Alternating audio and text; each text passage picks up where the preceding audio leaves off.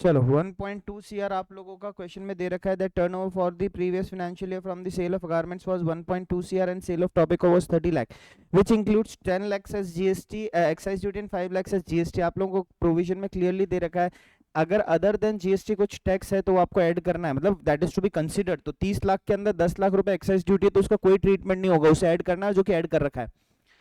GST का जो component है that is to be excluded, तो हमने 30 लाख में से 5 लाख माइनस कर दिया तो 25 लाख का फिगर बचा। अब बात आती है आगे, it has also earn interest of rupees 20 lakh on FD. 20 lakh रुपए जो उसने एफडी के ऊपर अर्न किया है, क्वेश्चन ने क्लियरली बोल रखा है तुम लोगों को एक्सक्लूजन में ना लास्ट पॉइंट दे रखा है that interest on deposits is not to be included. तो सिंपल सी बात है आप लोगों का टर्नओवर हो गया 1.5 सीआर। इसमें तो कोई पॉइंट ऑफ डिस्कशन होना भी नहीं चाहिए था। Second point, whether RSA firm can opt for the composition in current financial year 10 clause 1 और 10 क्लॉज 2 के तहत क्या RSA firm current financial year के अंदर कंपोजिशन स्कीम को ऑप्ट कर सकती है? क्या कंडीशंस चेक करनी रहती है हमें? सबसे पहले तो प्रीवियस ईयर का, प्रीवियस फाइनेंशियल ईयर का आप लोगों का टर्नओवर कितना है? करंट फाइनेंशियल ईयर के अंदर क्या आप लोगों का टर्नओवर 1.5 सीआर एक्सीड तो नहीं कर गया? और कुछ आप लोगों ने इंटरेस्ट रेट सप्लाई तो नहीं करी एंड ऑल? जो हम लोगों को पॉइंट्स दे रखे थे ये सारे पॉइंट्स आपको देखने पड़ेंगे। अकॉर्डिंग टू दोस पॉइंट्स क्या आरएसए फर्म कंपोजिशन स्कीम के लिए एलिजिबल है?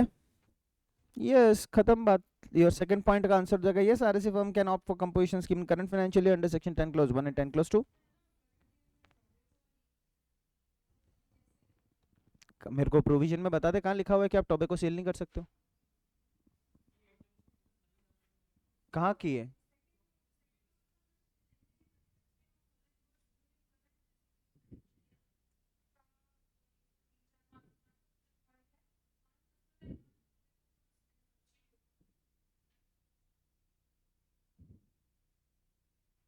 क्या पॉइंट है बोलना?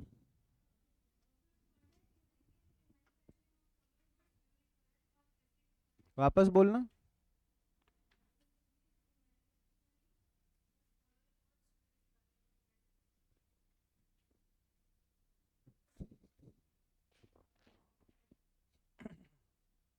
हम्म, ये इस तरीके से तुम लोग प्रोविजन पढ़ते हो, ये तुम्हारे हाल है। हाँ, हमारे जो युवराज है उन्होंने भी एक पॉइंट पुट ऑन किया है, प्रिंस ने। इट हैज ऑल्सो रिसीव, पढ़ वो लाइन।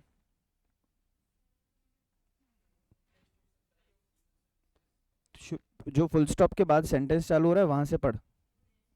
सबर रख लोगे थोड़ा? हम्म, तो मेरे को एक चीज बता, तू कह रहा है कि इंटरेस्ट रेट सप्लाई नहीं कर सकते, जो सही कह रहा है, मैं भी कह रहा हूँ कि इंटरेस्ट रेट सप्लाई नहीं कर सकते, अगर करा है तो आप कंपोजिशन। तो मैं फिर भी कह रहा हूँ कि वापस पढ़ी लाइन,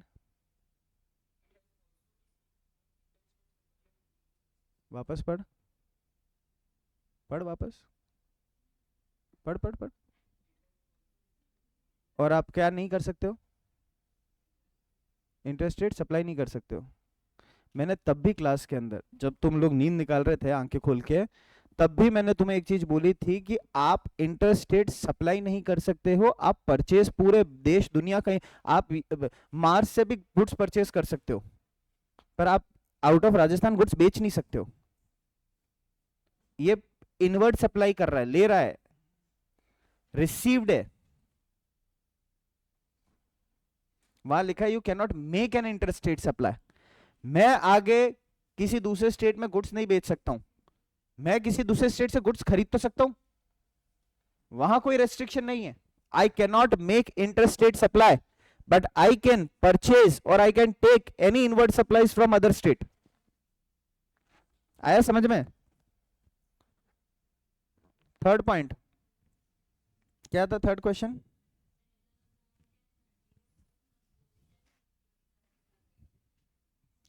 क्या जवाब होगा?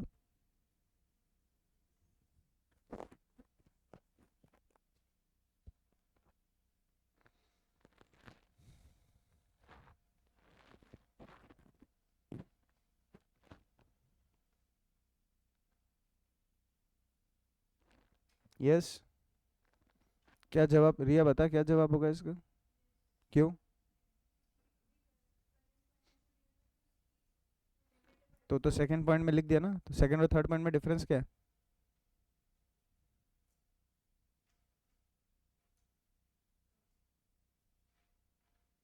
मार्जिनल सर्विसेज वाला पॉइंट है बेवकूफ़ों।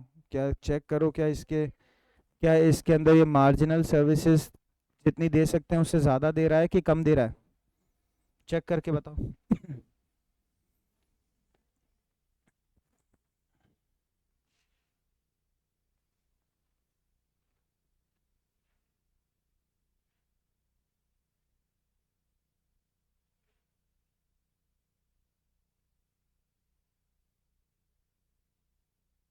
बोलो मार्जिनल सर्विसेज मैक्सिमम कितनी दे सकता है? अमाउंट में बताओ मेरे को, इस क्वेश्चन के अकॉर्डिंग कितना अमाउंट का मैक्सिमम मार्जिनल सर्विसेज ये प्रोवाइड कर सकता है, जल्दी बताओ। सॉरी, हाँ मेरे को अमाउंट बताओ कितना होगा, बताओ सब जने बताओ।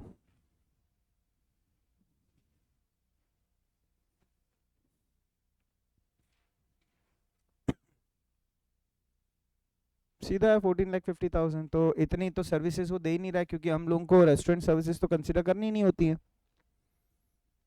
लास्ट पॉइंट क्या था? टैक्स टू बी पेड, बस ठीक, बताओ क्या होगा इसका आंसर।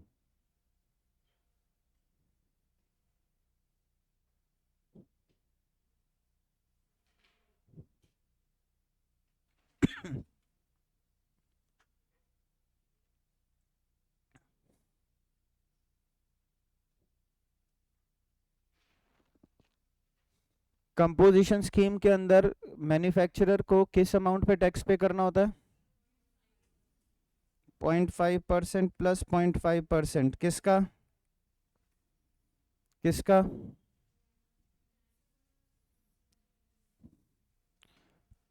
टर्नओवर का कि टैक्सेबल टर्नओवर का?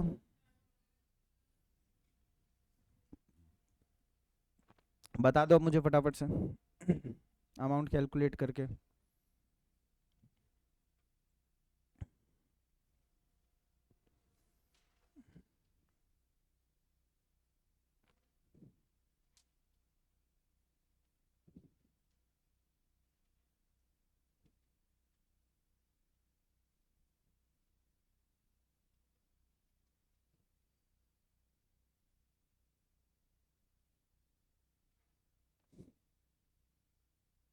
1% किसका कैलकुलेट होगा, मुझे फटाफट अमाउंट बताओ।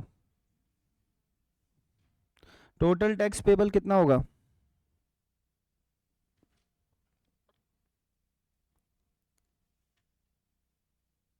बोले ना तेज, मन में बोल रही है। हाँ बोलो।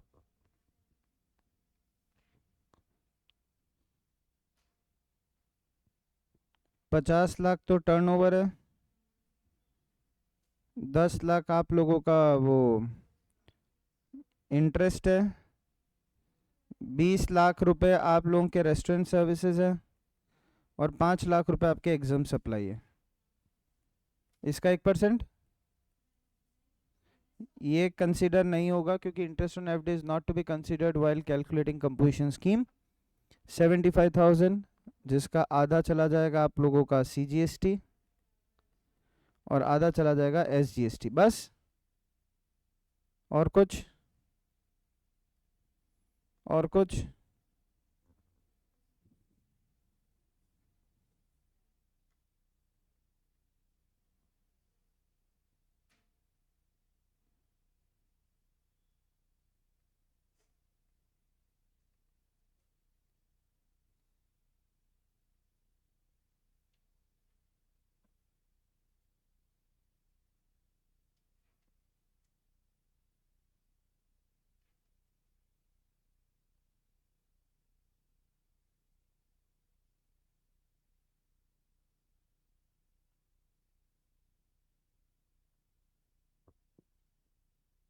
किस पे? लीगल सर्विसेज पे कहाँ लिखा है 5%?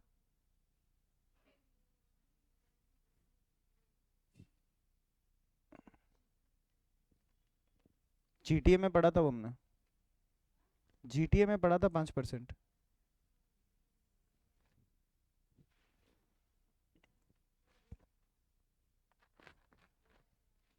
क्या क्या कह रहे हो?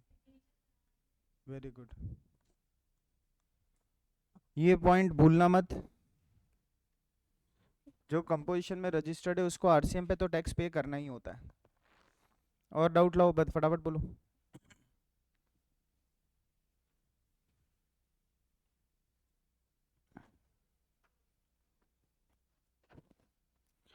तुम्हारे को किसी दूसरे सब्जेक्ट की पढ़ाई करनी है नहीं करनी है, वो तुम्हारी इच्छा है। जीएसटी की तुम्हें पढ़ाई करनी है, वो नहीं करनी वाला पॉइंट नहीं है। अगर नहीं करनी है तो आराम से घर पे सो, यहाँ आके ना मेरा मूड खराब करो ना तुम लोगों का टाइम वेस्ट करो, आराम से घर पे चिल करो। क्योंकि अभी आराम करो, बाद में मजदूरी करनी पड़ेगी। अभी पढ़ाई नहीं करोगे तो बाद में तो मजदूरी करनी पड़ेगी। डाउट्स? अभी तो कह रहे थे डाउट का सेशन रखो, ये रखो, अब डाउट पूछो तो किसी के डाउट ही नहीं आ रहे।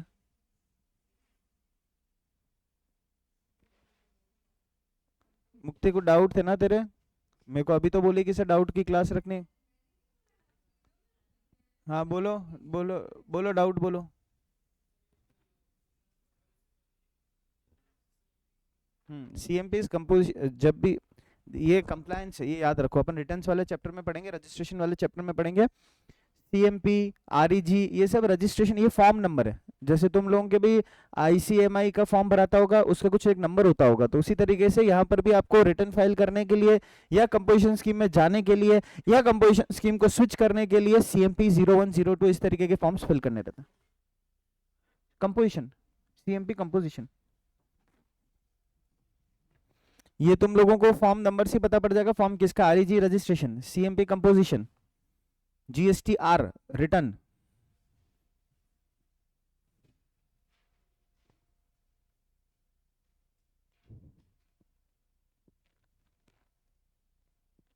कोई डाउट नहीं है।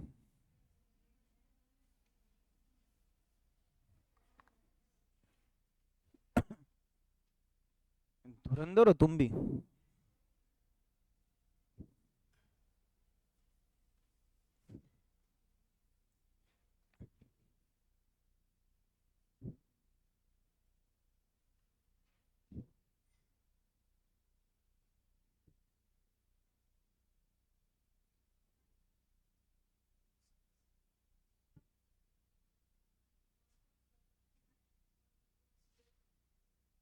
वापस बोल।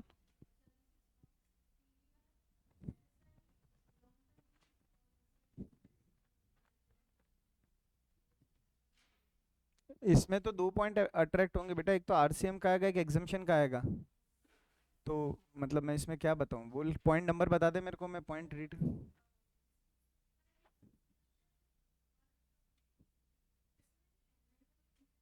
नहीं वो अमेंड हो गया होगा, ये अमेंडेड है बिल्कुल। ये लेटेस्ट अमेंडेड नोट्स है। वो नहीं, पुराने वालों को अब छोड़ दे, जो मैं पढ़ा रहा हूँ सारी अमेंडेड ही पढ़ा रहा हूँ, फिर उसमें अमेंडमेंट्स वापस से करवा के, ये सारे अमेंडेड नोट्स हैं। क्योंकि इस अटेम्प्ट में छोड़ो, तुम्हारे जनवरी तक तो और अमेंडमेंट आ जाएंगे, मेरे को एक अमेंडमेंट क्लास और रखनी पड़ेगी तुम लोगों की। अभी जो पढ़ा रहा हूँ that is for 90%, that is for सितंबर और जनवरी, बट 10% जनवरी के लिए एग्जाम्शन अमेंडमेंट्स आ सकते हैं। उसके लिए अमेंडमेंट तुम्हें सिर्फ तभी समझ में आएंगे जब तुम लोगों ने कोई प्रोविजन पढ़ रखा है। बाकी अमेंडमेंट तुम्हारे लिए नया ही है सब, ये भी अमेंडमेंट ही है तुम्हारे लिए तो। Sorry, services by director. Director के अंदर दो सीन देख लो, टीडीएस अंडर सेक्शन 192, कहाँ पर ये पॉइंट आरसीएम में था कि एग्जाम्शन में था? एग्जाम्शन में भी तो था, एग्जाम्शन में भी था, एग्जाम्शन में भी था। किसका? अपने आरसीएम का? वहाँ का तो कहाँ, सिंपल सी चीज़ है। हाँ मैं वही कह रहा हूँ, मैंने कहा वहाँ वाला तो सिंपल सा पॉइंट था।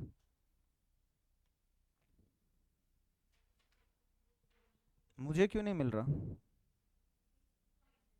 किसका बेटा? नोट का? उसके आगे पीछे के पॉइंट बताना क्या थे।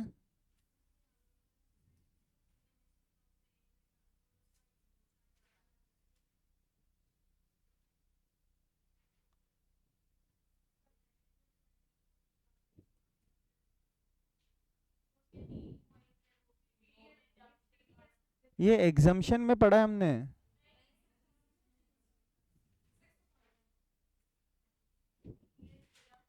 आरसीएम का, सॉरी मैं compose, sorry sorry sorry. Services by director वाला पॉइंट ना, services by director to any company और बॉडी कॉर्पोरेट, सिंपल सी चीज है। शेड्यूल 3 याद है किसी को? क्या था उसके अंदर पहला पॉइंट? एम्प्लॉयमेंट। एम्प्लॉयमेंट का मतलब होता है कि अगर कोई भी पर्सन आप लोगों को, जैसे मान लो एक्स लिमिटेड मिस्टर एक्स को अगर किसी भी तरीके का कोई पेमेंट कर रहा है और उस पे टीडीएस कटा है under section 192, that implies, question अगर आपको ये लाइन दे देता है मतलब वो सैलरी है। क्वेश्चन अगर आपको ये लाइन क्लियरली लिख के दे देता है मतलब वो सैलरी है। If any amount has been paid to any person and TDS has been deducted under section 192, then the nature of such payment is salary. Always, ये मैंने लिखवाया भी आप लोगों को। तो अगर डायरेक्टर को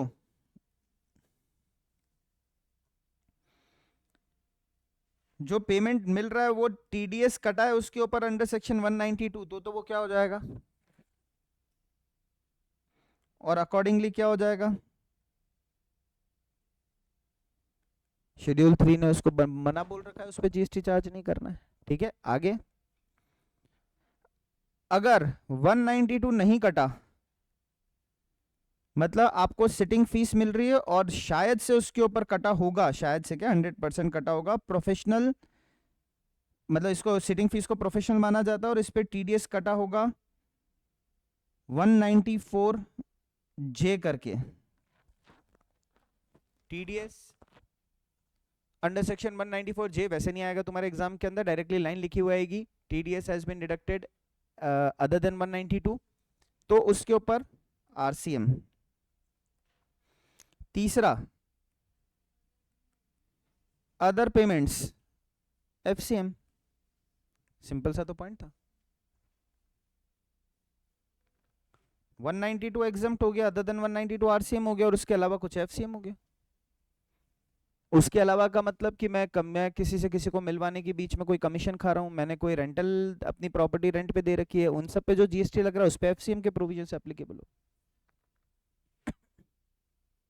और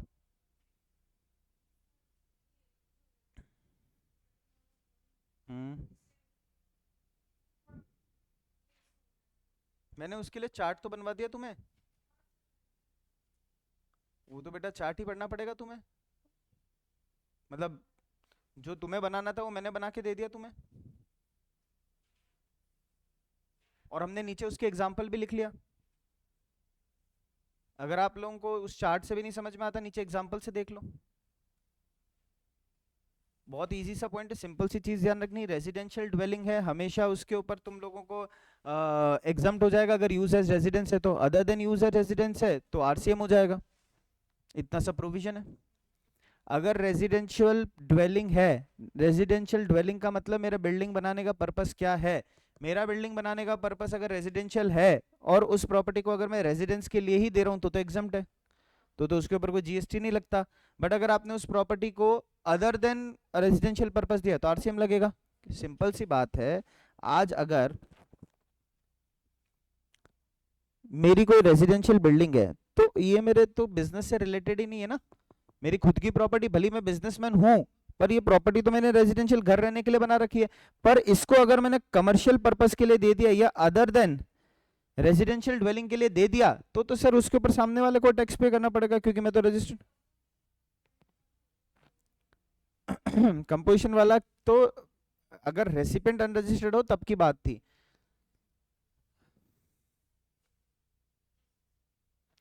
आ जाओ चार्ट खोल लो,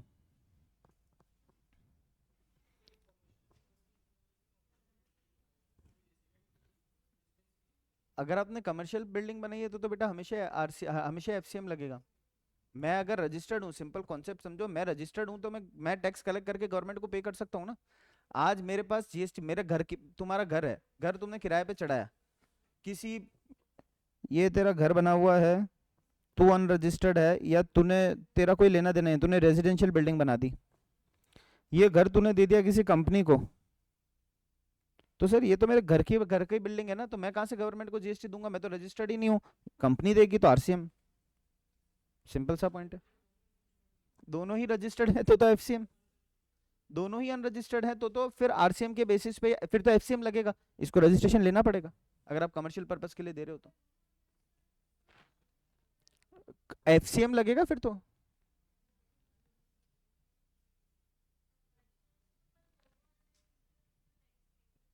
अरे बेटा वो तो अगर आपका टर्नओवर ही एक्सीड नहीं कर रहा है तो टैक्स पेबल नहीं होता है।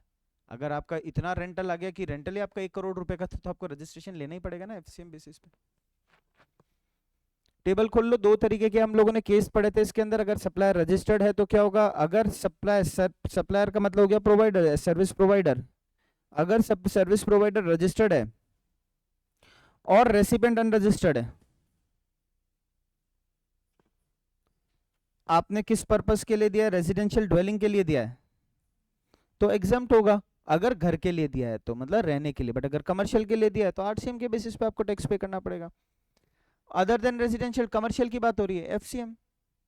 कमर्शियल के लिए तो आप लोगों को कुछ चेक करने की जरूरत ही नहीं हो, तो हमेशा टैक्सेबल होगा एफसीएम के अंदर। रेसिपिएंट अगर, सॉरी ये वाला केस हमारा रजिस्टर्ड है, सॉरी सॉरी, अगर आप लोगों का केस आ जाता है अनरजिस्टर्ड डीलर का, मतलब रेसिपिएंट जो घर पे, जो घर ले रहा है आपसे रहने के लिए या किसी भी पर्पस के लिए, वो अनरजिस्टर्ड है, हमेशा एफसीएम। मेरी बात को समझो तुम, सप्लाई सर्विस प्रोवाइडर कौन है, रजिस्टर्ड है, उसने कोई बिल्डिंग बनाई और किसको दिए, अनरजिस्टर्ड को दिए, मतलब सामने वाला पर्सन अगर अनरजिस्टर्ड है और उसको आप लोगों ने अपनी बिल्डिंग दी है, हमेशा आप लोगों के लिए फॉरवर्ड चार्ज मैकेनिज्म, क्यों, फॉर कॉन्सेप्ट को समझो आरसीएम और एफसीएम का। आरसीएम में गवर्नमेंट ये चाह रही है कि भैया जो सप्लायर है उसको रजिस्ट्रेशन लेने की जरूरत नहीं है, या वो अनरजिस्टर्ड है और सामने वाला रजिस्टर्ड है, तो उस केस में आप लोगों को आरसीएम के प्रोविजन एप्लीकेबल होंगे। ध्यान से सुनो, एक है सर्विस प्रोवाइडर, एक है सर्विस रेसिपिएंट। प्रोवाइडर को जनरली गवर्नमेंट को जीएसटी जमा करवाना रहता है, प्रोवाइडर को जनरली गवर्नमेंट को जीएसटी जमा करवाना रहता है, पर अगर प्रोवाइडर खुद ही अनरजिस्टर्ड है या फिर वो कोई इंडिविजुअल है या फिर गवर्नमेंट उसको कंप्लायंस से बचाना चाह रही है, तो सारे प्रोविजन डाल दिए सर्विस रेसिपिएंट के ऊपर। अगर ये अनरजिस्टर्ड डीलर है और ये रजिस्टर्ड डीलर है तो आरसीएम पे टैक्स पे करना पड़ेगा, सिंपल सी बात है।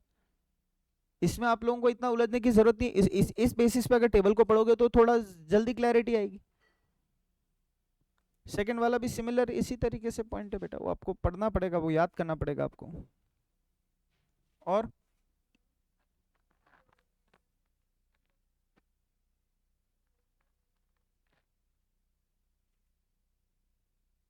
पॉइंट नंबर क्या था, हाँ हाँ, गुड्स ट्रांसपोर्ट का कौन सा point,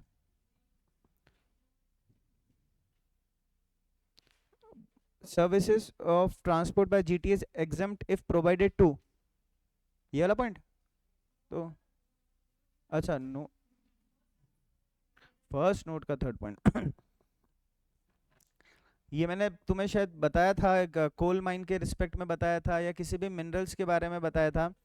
transport of minerals from mine pit to railway sidings is done through vehicle taken on hire along with driver।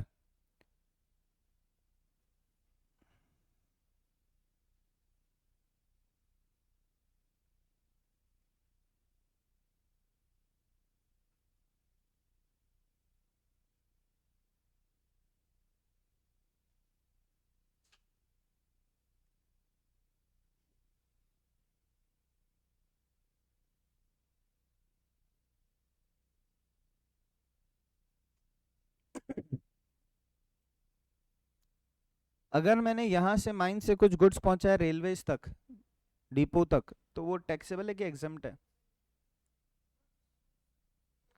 अगर मैंने कुछ गुड्स माइन से उठाकर रेलवेज तक पहुंचाए तो वो गुड्स का जो ट्रांसपोर्टेशन कॉस्ट मुझे पे करना पड़ रहा है वो एग्जम्प्ट है कि टैक्सेबल है।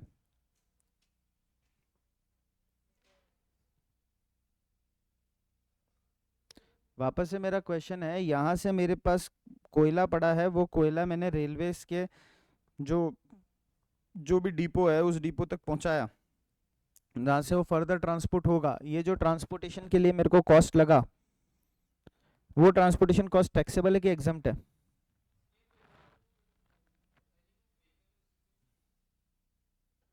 चलो सब जनों का जवाब मिले तब हम आगे बढ़ेंगे। एग्जम्प्ट है कि टैक्सेबल है?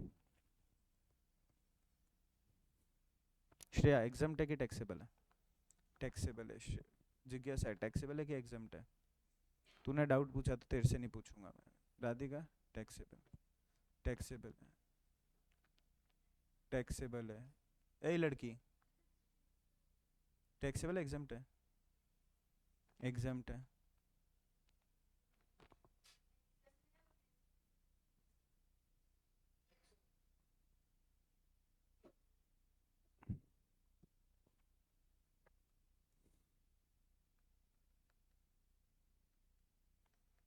तुमको प्रोविजन ही पढ़ने में नहीं आता है?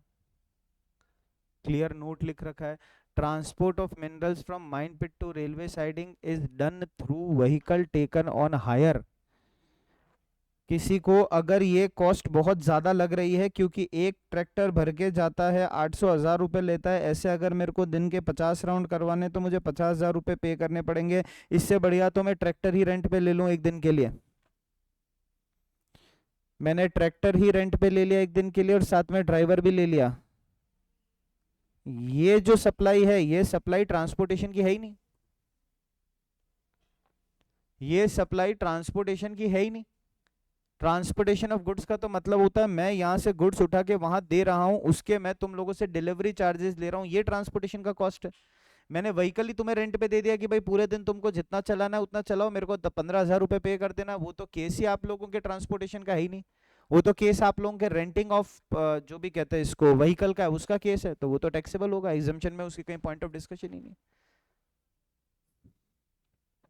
उस हिसाब से तो तुम्हें पढ़ना पड़ेगा। मैंने इससे क्लियर इन्फॉर्मेशन तो तुम्हारे को एग्जाम भी नहीं देगा कि यहां से यहां तक का ट्रांसपोर्टेशन कॉस्ट है वो एग्जाम है कि टैक्सेबल है।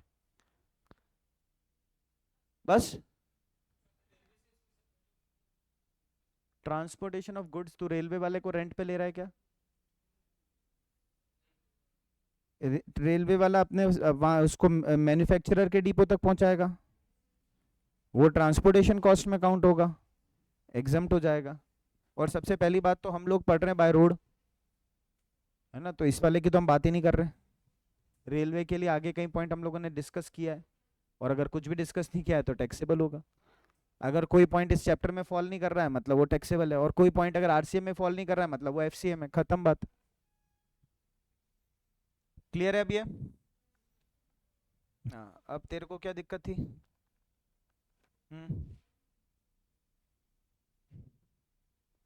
डाउट था ना?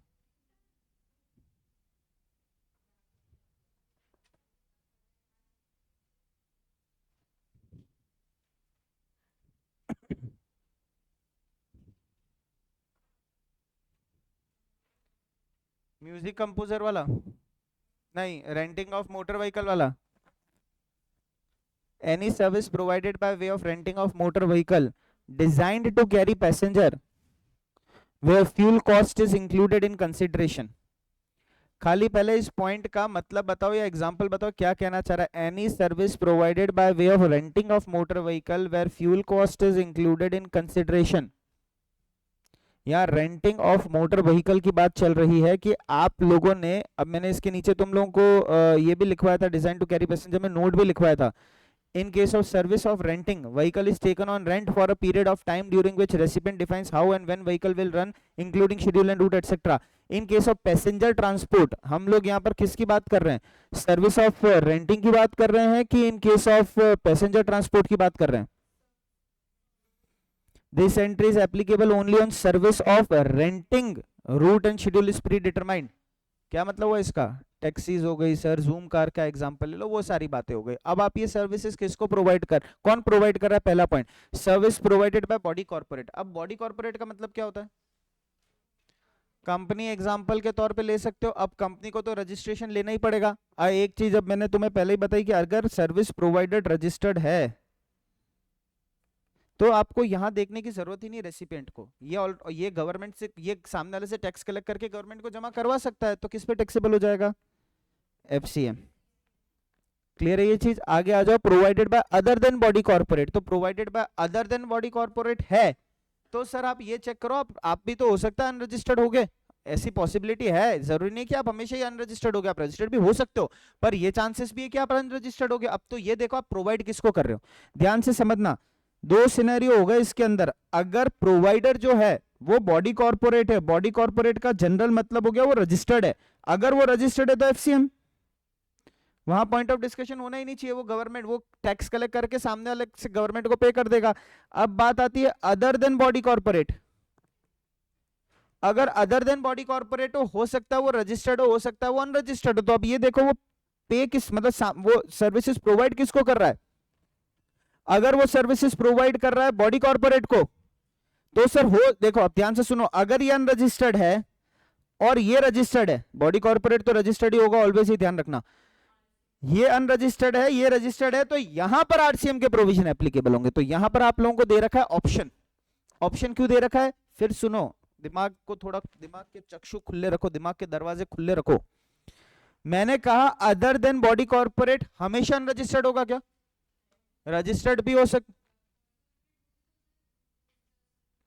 हाँ वो अकॉर्डिंग टू द डेफिनेशन आप लोगों का, वो जो तूने नोट पढ़ के मेरे को बता रही है वो बिल्कुल सही बात है, पर अंडरस्टैंडिंग के लिए समझा रहा हूँ कि तुम लोगों को एफसीएम आरसीएम कैसे याद रखना है, ये लेमेन के लिए समझा रहा हूँ, मैं एक्चुअल डेफिनेशन पे नहीं जा रहा हूँ। बॉडी कॉर्पोरेट में तो बहुत सारी चीजें आ जाती, मैं खाली कंपनी का एग्जांपल लेकर चल रहा हूँ। अगर आप पार्टनरशिप फर्म भी लेकर चलते हो तो उसको भी रजिस्ट्रेशन लेना मैंडेटरी है जीएसटी के अंदर, तो ये मान के चलो एक बार के लिए कि बॉडी कॉर्पोरेट, वरना फिर रटना पड़ेगा, याद ध्यान रखने के लिए तुम्हें कुछ समझना है तो वो इस तरीके से समझो, अगर बॉडी कॉर्पोरेट है तो वो तो हमेशा ही रजिस्टर्ड होगा, उसे रजिस्ट्रेशन लेना मैंडेटरी, और अगर मैं रजिस्टर्ड हूं, सामने वाला कोई भी हो, मेरे को तो जीएसटी चार्ज करना है, मैं जीएसटी चार्ज करूंगा, तुमसे जीएसटी इकट्ठा करूंगा, गवर्नमेंट को जमा करवा दूंगा, कहानी खत्म। अगर मैं अदर देन रजिस्टर्ड हूं, मतलब अदर देन बॉडी कॉर्पोरेट हूं, तो सर हो सकता है मैं रजिस्टर्ड हूं या हो सकता है मैं अनरजिस्टर्ड हूं। अब प्रोवाइडर रेसिपिएंट कौन है सर, बॉडी कॉर्पोरेट, तो बॉडी कॉर्पोरेट तो हमेशा ही रजिस्टर्ड होगी। अगर मैं रजिस्टर्ड हूं, सामने वाला भी रजिस्टर्ड है, तो सर एफसीएम में दे सकते हो, मैं रजिस्टर्ड हूं सामने वाला ही रजिस्टर्ड है, तो सर एफसीएम की बात आई सकती है ना इसके अंदर, तो ऑप्शन है आपके पास कि आप एफसीएम में चले जाओ।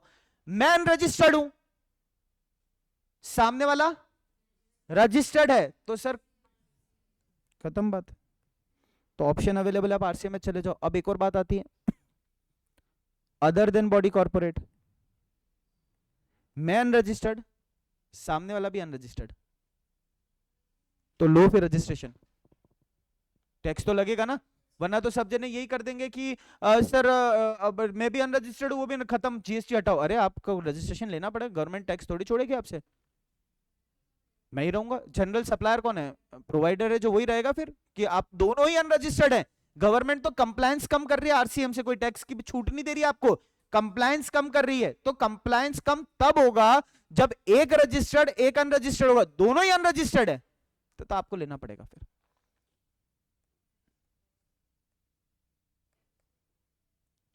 खत्म बात।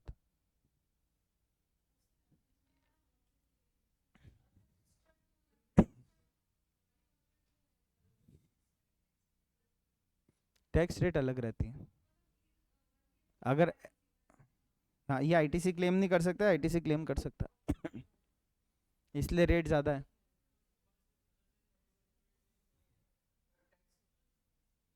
ये वाला क्या, हाँ अगर एफसीएम है तो आउटपुट माइनस इनपुट करके वो क्या कर देगा, 18% से टैक्स पे करेगा, और अगर नहीं है तो 5% से आरसीएम पे टैक्स लगेगा। हम्म हम्म हम्म, हाँ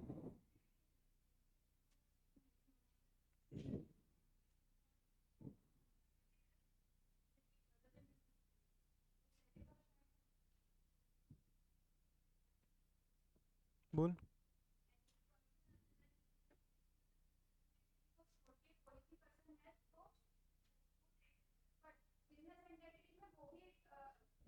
एक सेकेंड एक सेकेंड एक सेकेंड एक second. Hmm,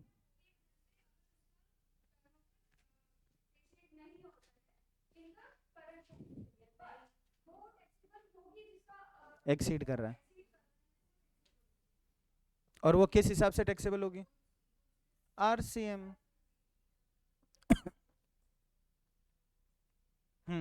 40 lakh. Legal services provided by an advocate और firm of advocate are exempt if, अगर मैं एडवोकेट हूं, आप लोगों को एग्जम्पशन में हमेशा ये ध्यान रखना है कि सर्विस प्रोवाइडर कौन है। अगर सर्विस प्रोवाइडर एक एडवोकेट है, अगर सर्विस प्रोवाइडर को एक एडवोकेट है, मैं मान लो एडवोकेट हूं, I am providing services to any person other than business entity, मतलब मैं किसी इंडिविजुअल को दे रहा हूं, मैंने किसी इंडिविजुअल को कोई सप्लाई करी, एग्जम्प्ट है।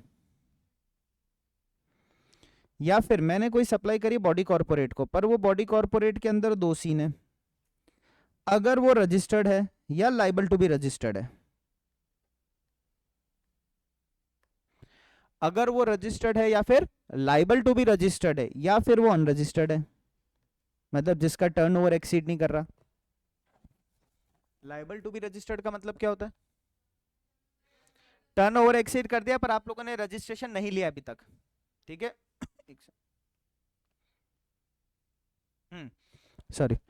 तो अब इस सिनेरियो के अंदर क्या होगा, ये हो जाएगा टैक्सेबल, ये हो जाएगा एग्जेम्प्ट।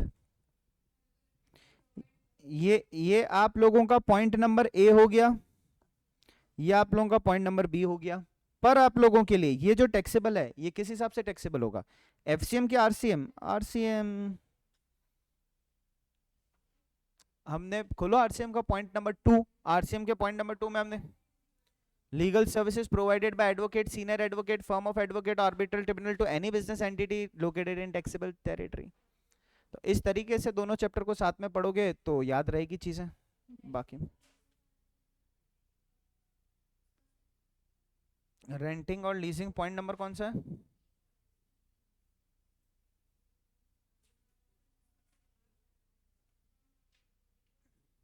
कितनी बार तुम अपफ्रंट वाला पॉइंट पूछोगे सब जने?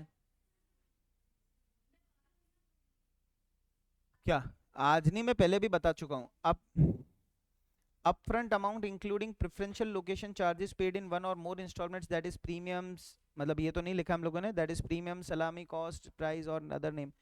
आप लोगों ने कोई भी एक्स्ट्रा अमाउंट पे किया है किसी अच्छी लोकेशन के लिए, आपने कोई भी अमाउंट एक्स्ट्रा पे किया है सिक्योरिटी के नाम का, आप लोगों ने कोई भी अदर देन रेंट कोई भी पेमेंट किया है, उसके ऊपर जीएसटी चार्ज नहीं किया जाएगा। जनरली एक रूल दिमाग में रखो, जनरली हम लोग जो सप्लाई करते हैं वो रेवेन्यू नेचर की होती है, तो उस पर जीएसटी लगता है। तो अगर कोई रेवेन्यू नेचर की सप्लाई है उस पर आप लोगों को जीएसटी लगाना है, अदर देन रेवेन्यू नेचर की उसे एग्जम्प्ट करना है। एक बार up front amount, one time payment, single amount में, सिंगल टाइम में आपने एक एक्स्ट्रा अमाउंट पे किया, या तो हो सकता है सिक्योरिटी के नाम का पे किया हो हमने, या फिर उसको कुछ एक्स्ट्रा कहते हैं ना कि आपने प्रेफरेंशियल लोकेशन चार्जेस, बढ़िया लोकेशन के आपने प्रोवाइड करने के लिए कोई अमाउंट पे किया है, उसके ऊपर जीएसटी चार्ज नहीं किया जाएगा। ये तो हो गया प्रोवाइडर और रेसिपिएंट की बात होगी बेटा। आप इंडस्ट्रियल प्लॉट और plot for developing financial business infrastructure to मतलब रेसिपिएंट, इसको किया है तो एग्जम्प्ट है। आज तेरे को घर चाहिए तो घर की बात यहाँ नहीं हो रही है, यहाँ पर अपफ्रंट पेमेंट आप कौन कर रहा है और किसको कर रहा है। तो जो आप लोगों को फर्स्ट बुलेट दे रखा है वो सर्विस रेसिपिएंट है, और बाय जो दे रखा है वो सर्विस प्रोवाइडर है। इन दो बुलेट्स के बेसिस पे ही एग्जाम्शन का पॉइंट आप लोगों को याद रखना है। बाकी अगर कोई भी है तो उसके ऊपर टैक्सेबिलिटी चार्ज की जाएगी। और कोई पॉइंट?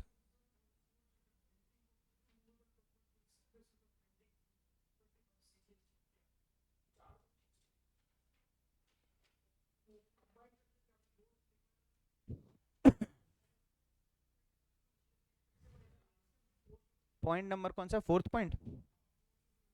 कम वो समझ गया।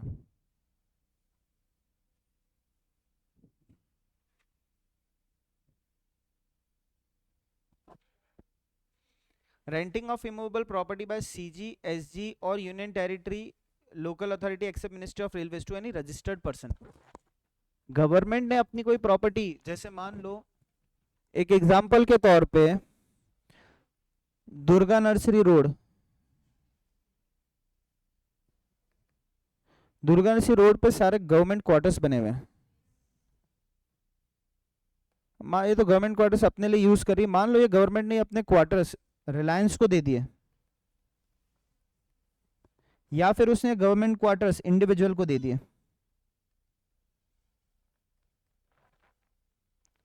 अगर गवर्नमेंट क्वार्टर्स इंडिविजुअल को दिए तो एग्जम्पशन,